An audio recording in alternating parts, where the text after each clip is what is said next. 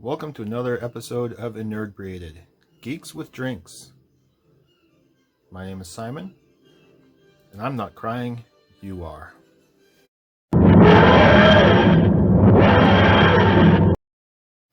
Howdy. So I guess that was kind of a strange intro. But there's a reason for it. I just finished watching The Rise of Skywalker. And it made me tear up a bit. I'll be honest. So I'd been putting off watching it again. I mean, I bought the Blu-ray as soon as it was available and only just now watched it. I don't know how many weeks later. And I actually only got to the theater to see it once, which is unusual for me in a Star Wars movie. And it's not that I didn't like it, the first time I saw it, I just didn't ever make it. And then since I got the Blu-ray, I guess I feel like part of me was almost afraid to watch it because there had been so much negativity around it online, which is dumb because I had seen it. I knew what it was. I think I'd gotten into my head a little bit that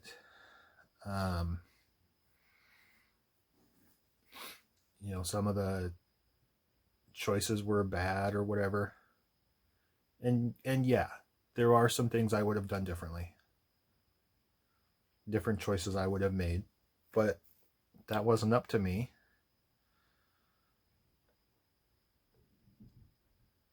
I still love it. I will say that. I love this movie.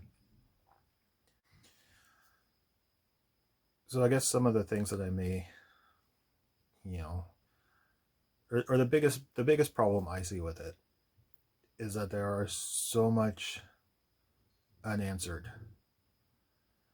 And, watching it this time, it didn't bother me as much because I know some of that stuff now that has come out, through the novelization and whatnot.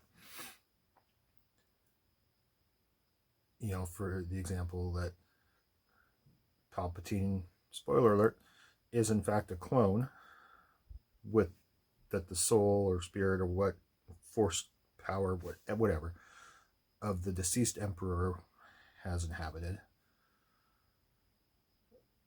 which isn't ever really made clear in the movie. And that,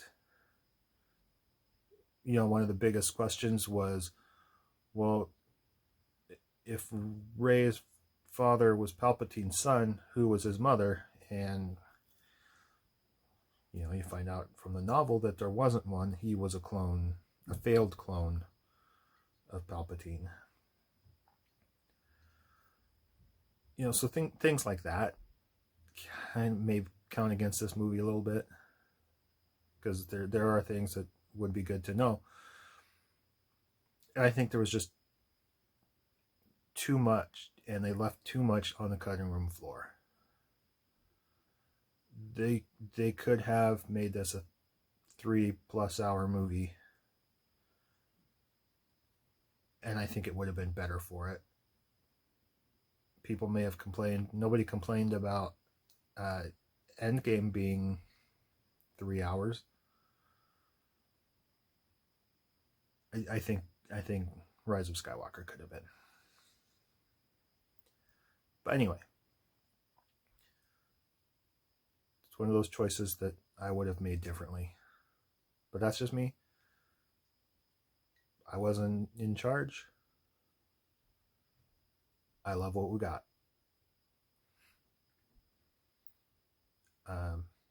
Even the things that bothered me before didn't bother me as much this time. Like Rey being a Palpatine. huge fan of that because it's the Skywalker saga. And yeah, she takes the name at the end, but I don't know.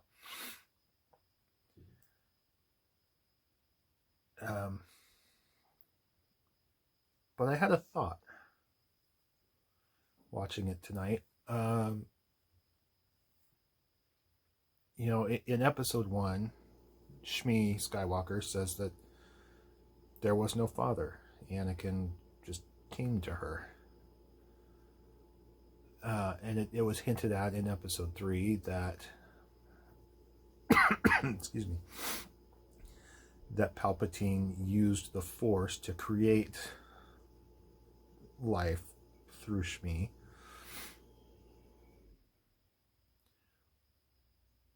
But what if Anakin was kind of a Palpatine clone also? Not 100% clone necessarily, but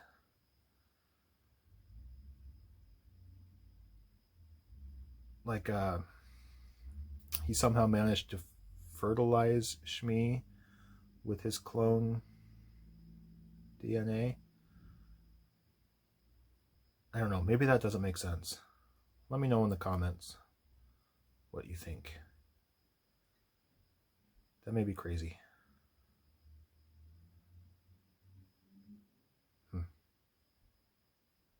Anyway, so the part that teared me up about this one is just everything with Leia. Carrie Fisher was amazing. She was just,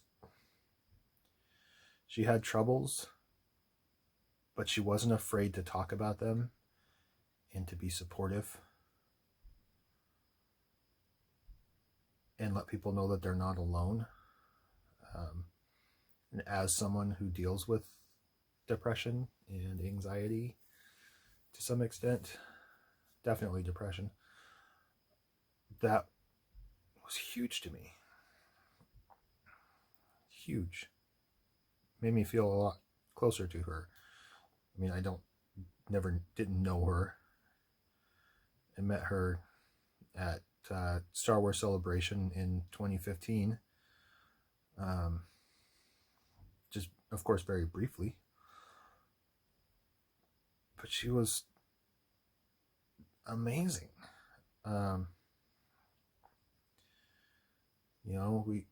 My family and I got a picture with her and Mark Hamill, which was cool. And then it was the next morning, I went to get her autograph, waited in line for a really long time. She was kind of late, but that's Carrie. But she was amazing. She was dumping glitter on people just to be fun. She didn't actually dump any on me, so I'm not sure if I'm relieved or disappointed, because glitter gets everywhere.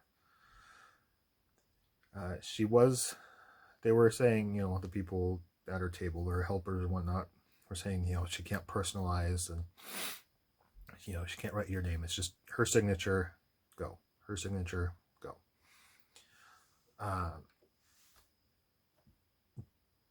But she was like, she kind of leaned in when I got there, and she goes,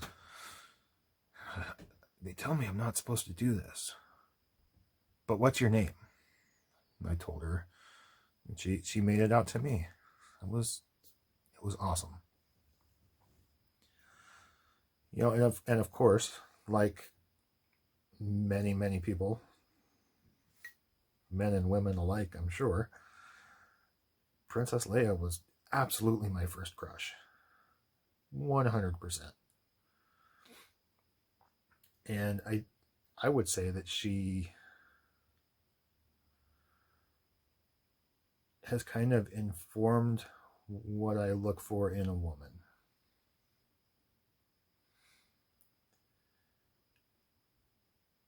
Not even kind of. She absolutely has. I like strong women.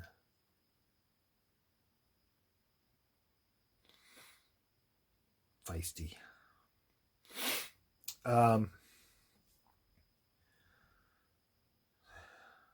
So yeah, the stuff with Leia hit me hard the first time watching it. It hit me pretty good this time. Especially that scene with Chewbacca. Oh my god. When they get back from their mission to find clues, and Chewbacca learns that Leia is gone, the pure anguish that you can see in everything, it was heartbreaking. Absolutely heartbreaking.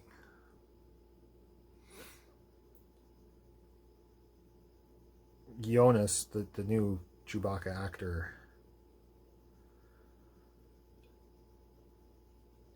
he clearly studied with Peter Mayhew a lot to get everything right. Oh, that's another sad one that we've lost.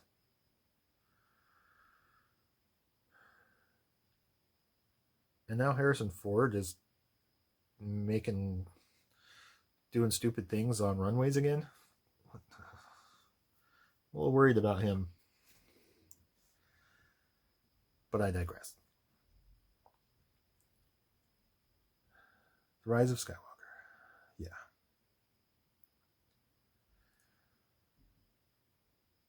You know, and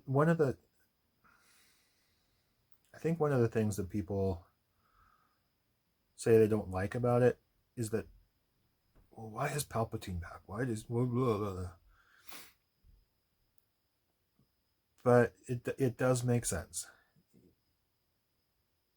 With the Skywalker saga, Palpatine is the antagonist. He was always there, and it didn't make sense for the Skywalker saga to continue without their primary adversary. And talking about this now, I think that may actually make me feel even better about Rey being a Palpatine, because at the end of the saga, the lines come together and intertwine. You know, maybe not biologically, but I mean, in a lot of ways, they kind of already were connected. And now the Skywalker side has won out, even though in a way they're both continuing. I kind of like that. The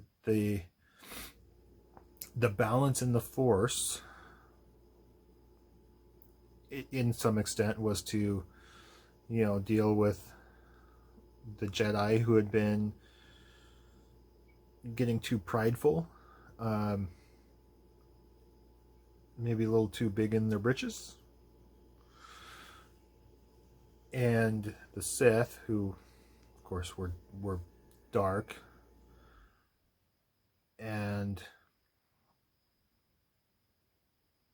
you know, I mean, that's the big picture, of course, bringing balance that way, but more importantly to the saga, the 9-movie saga as it is, the Skywalker saga, bringing balance is bringing those two lines back to one.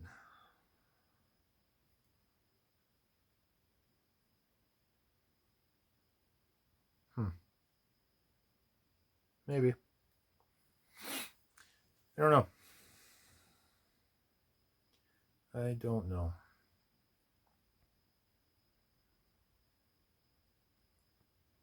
What do you think?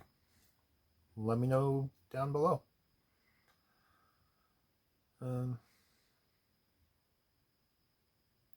Yeah, that's probably enough about me. Enough of me rambling about the Rise of Skywalker for one night.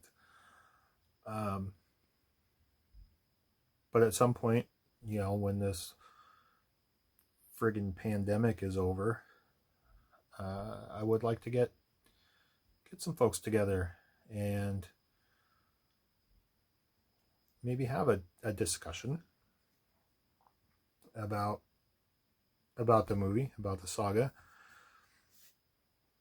You know, be it talking about just the one movie or the whole thing, or I don't know. Depends on who's there and what they want to talk about. But I hope to do that.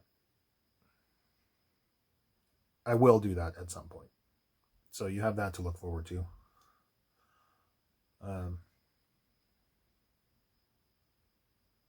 Yeah. So there we go. Rise of Skywalker. It's a win in my book. And